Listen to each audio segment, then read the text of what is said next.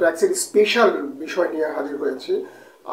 এবং সেটা হচ্ছে যে কোনো ট্যাক্স পেয়ারের পোষ্য বা তার সন্তান যদি কখনো ডিসএবিলিটি থাকে বা তাদের যদি কোনো প্রতিবন্ধী হয়, সেক্ষেত্রে কোনো ট্যাক্স পেয়ার বিশেষ কোনো সুবিধা পায় কিনা বা কতটুকু পায়, কিভাবে পায় ইত্যাদি বিষয় নিয়ে আজকের এই ভিডিওর আমি প্রথম থেকে শেষ পর্যন্ত আলোচনা করব।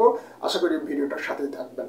তো বন্ধুরা, প্রথমে আমরা একটু জেনে নিই যে আসলে কোনো ট্যাক্স পেয়ারের যদি কোনো বুদ্ধি প্রতিবন্ধী, ফিজিক্যাল ডিসেবল কোনো সন্তান থাকে অথবা তার পোষ্য থাকে, তাহলে সে কোনো ট্যাক্সের ক্ষেত্রে স্পেশাল সুবিধা পাবে কিনা।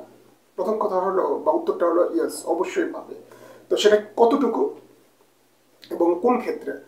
এটা হচ্ছে ইনকাম ট্যাক্স করমুক্ত যে সীমা, সেই সীমার ক্ষেত্রে তারা একটা বিশেষ সুবিধা পাবে। আমরা জানি একজন স্বাভাবিক ব্যক্তি করদাতার ক্ষেত্রে প্রতি বছরই ইনকাম ট্যাক্স কালেকশনের জন্য দায়িত্বপ্রাপ্ত ন্যাশনাল বোর্ড অফ রেভিনিউ কিন্তু একটা পরিপত্র জারি করে। এই পরিপত্রেই তারা এই সুবিধাগুলো প্রতি বছর তারা ডিক্লেয়ার করে। যেমন ধরেন, পরিপত্র যদি আমরা 2024 এবং 25 দেখি, এখানে একজন স্বাভাবিক ব্যক্তির ক্ষেত্রে 3,50,000 টাকা বা 3,50,000 টাকার নিচে যদি তাদের কোনো ইনকাম হয়, তাহলে তাদের কোনো সুবিধা বা তাদের বড় সুবিধা হলো তাদের আর কোনো ট্যাক্স দিতে হয় না, রিটার্ন দিতে হয় না এই পরিমাণ ইনকামের জন্য। এবং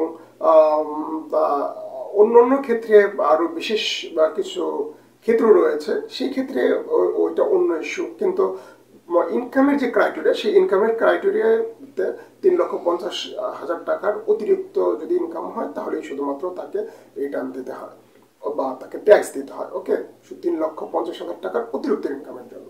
কিন্তু এক্ষেত্রে আপনি যদি ট্যাক্স পেয়ার হন এবং আপনার যদি কোনো সন্তান থাকে বা পোষ্য থাকে সে প্রতিবন্ধী, সেক্ষেত্রে আপনি প্রতিবন্ধী সন্তানের জন্য বা পোষ্যের জন্য আপনি 50,000 টাকা করে এডিশনাল ট্যাক্স মুক্ত কর সীমা পাবেন।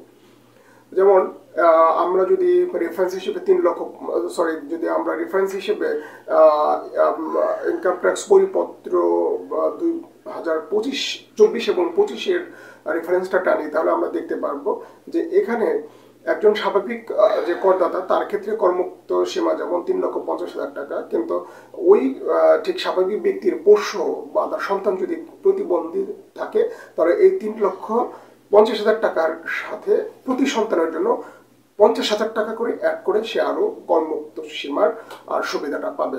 আমি একটা উদাহরণ